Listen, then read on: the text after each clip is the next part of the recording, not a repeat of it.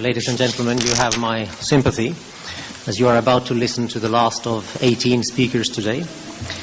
As you know, Jesus said that the last shall be first, but that was before the era of multilateral meetings. Many have said today that any democratic transition is unique, and exactly because that is the case, any democratic transition also provides new learning points for others. And on the specific matter of political participation and electoral reform, we need not go very far for learning. I would like to go first to Tunisia and try to draw some lessons from last year's electoral process there, not least because IDEA was invited by the electoral authority there to study in depth its activities and performance. And these are lessons that are of a general nature. Starting with the drafting of the new electoral framework, it was remarkably more participatory and inclusive than in any other case in the region, providing a space for negotiation and consensus among the different competing forces, and therefore building trust in and legitimacy of the process. The design of the electoral system was carefully considered, and that is critical because the choice of electoral system is one of the most important decisions a democracy makes. The proportional system that was adopted was suited to the country's needs and resulted in the election of a broadly representative but not unruly assembly. In other countries, we've seen far more convoluted systems designed in much less participatory ways and resulting in assemblies that less fully reflect the actual composition and the real choices of the people. The inclusion of women, as Michel said, was addressed through quotas of women candidates in party lists. And while this was definitely far from perfect in its application, it did lead to a higher proportion of women being elected than in most established democracies. The independence of the electoral authority, the interim electoral authority, was critical to the credibility of the process. We saw the same thing in Egypt, where the judiciary is seen as independent, and we can note that the voter turnout was remarkably higher in these countries than, for example, in Morocco, where the Interior Ministry is still managing elections. And after the elections, we've also seen some interesting dynamics, not least pertaining to the issue of how political parties get configured. Ahead of the elections, there was a lot of parties registering to run. After the elections, we've seen the big winner, the Ennahda party, forming a coalition. Hopefully this is a sign of an inclusive approach to governing. And we've also seen the unification of opposition parties. So we see this self-correcting mechanism of democracy already at play. And looking forward, the elected Constituent Assembly plans to televise its proceedings and have different ways of providing for public participation. If you compare this to a recent statement by the Egyptian government that their new constitution should be drafted in 8 weeks, you're into a very different approach which would render real negotiations and public consultations essentially impossible. So Tunisia's process, while definitely not flawless and with a way forward that is not short of challenges, is a process that has in many ways set an example. But it has been only 1 year. And going on now to some more general observations, my first point is exactly that of time and patience. The creation of sustainable democracy does require time. It is a long-term process, and there is no predetermined democratic trajectory. Look at Hungary today, a European Union member country with a former democracy activist as prime minister, now accused of eroding democracy in the country through limitations placed on the media and the judiciary and other institutions.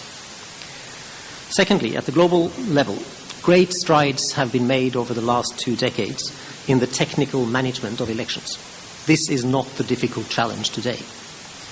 What matters today is the integrity of the electoral process, the full electoral process from one election to the next.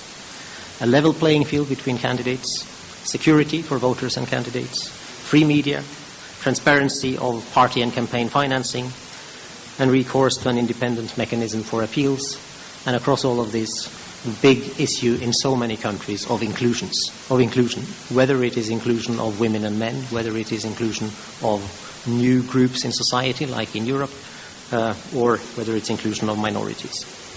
In Latin America, there are many democratic elections, but the fundamental equality between citizens is still missing, and the influence of crime and illicit funding of politics is pervasive.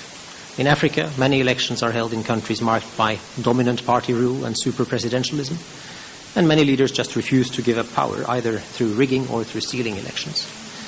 And in a country like the United States, the role of money in politics seriously undermines political equality between citizens. Thirdly, elections and participation both reflect the societies in which they take place. It takes time to build a democratic culture in which people engage as citizens, not as subjects. If society is marked by a culture of autocracy, not just within politics, but in family life, education, media, and social institutions, it will take decades to replace with a participatory culture in which a citizen has the clear right to question and disagree with political decision makers. And where cultural traditions conflict with principles of electoral integrity, there are particular challenges to be overcome through civic education and awareness raising. At the same time, electoral reform, legislative reform in legal terms, can lead the way in breaking traditions of exclusion, and quotas for the inclusion of women, for example, can often be successful in allowing women to enter political life, but they need then to be designed and applied with great care and caution. There is too much symbolism in many places and too little results. Fourthly, the forms of political participation of the future may differ from what we have become accustomed to. As it has been noted, traditional political parties lack the confidence of voters, not just in the Arab world, where political parties have been tarnished by decades of autocracy, but also in established democracies, where citizens are taking to the streets in protest, and where at the same time voter turnout among young people is at an all-time low.